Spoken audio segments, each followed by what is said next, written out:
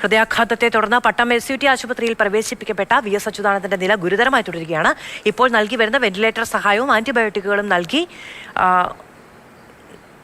തുടരുക എന്നുള്ളതാണ് മെഡിക്കൽ ബോർഡിന്റെ തീരുമാനം. മെഡിക്കൽ ബുള്ളറ്റിൻ പുറത്തു വന്നിരിക്കുന്നു. AK സ്റ്റെഫിൻ വിവരങ്ങളുമായി നമ്മളോടൊപ്പമുണ്ട്. സ്റ്റെഫിൻ, എന്താണ് ഡോക്ടർമാരുടെ നിഗമനം?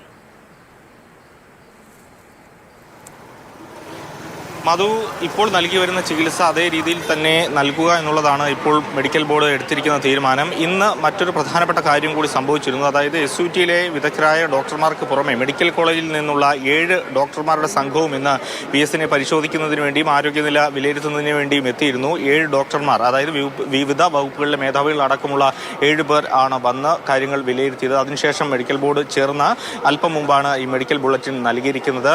നേരത്തെ ഈ ഡയാലിസിസുമായി ബന്ധപ്പെട്ട് ഇപ്പോൾ തുടരുന്ന ചികിത്സ, അതോടൊപ്പം തന്നെ ആന്റിബയോട്ടിക്കുകൾ അതെല്ലാം തന്നെ നൽകുക, ഒപ്പം തന്നെ എന്തെങ്കിലും തരത്തിലുള്ള ഒരു മാറ്റം ഈ ചികിത്സാ രീതിയിൽ വരുത്തേണ്ടതുണ്ടെങ്കിൽ അതും ഉണ്ടാകുമെന്നുള്ളൊരു അറിയിപ്പാണ് ഇപ്പോൾ മെഡിക്കൽ ബുള്ളറ്റിനിൽ നൽകിയിരിക്കുന്നത്. ഇന്ന് രാവിലെ CPMന്റെ ജനറൽ സെക്രട്ടറി ആയിട്ടുള്ള MA ബേബി, അല്പം മുമ്പ് മന്ത്രി P പ്രസാദ് അടക്കമുള്ള ആളുകൾ ഇപ്പോൾ VSനെ സന്ദർശിച്ചിട്ടുണ്ട്. ഇപ്പോൾ P പ്രസാദ് അല്പം മുമ്പാണ് ഇങ്ങോട്ടേക്ക് പോയത്. അങ്ങനെ സർക്കാർ തലത്തിൽ നിന്നും അതോടൊപ്പം തന്നെ പാർട്ടിയിൽ നിന്നും വിവിധ നേതാക്കളും മന്ത്രിമാരുമെല്ലാം തന്നെ VSനെ സന്ദർശിക്കുന്നതിനും കാര്യങ്ങൾ വിലയിരുത്തുന്നതിനുമായി ആശുപത്രിയിൽ എത്തുന്നുമുണ്ട്.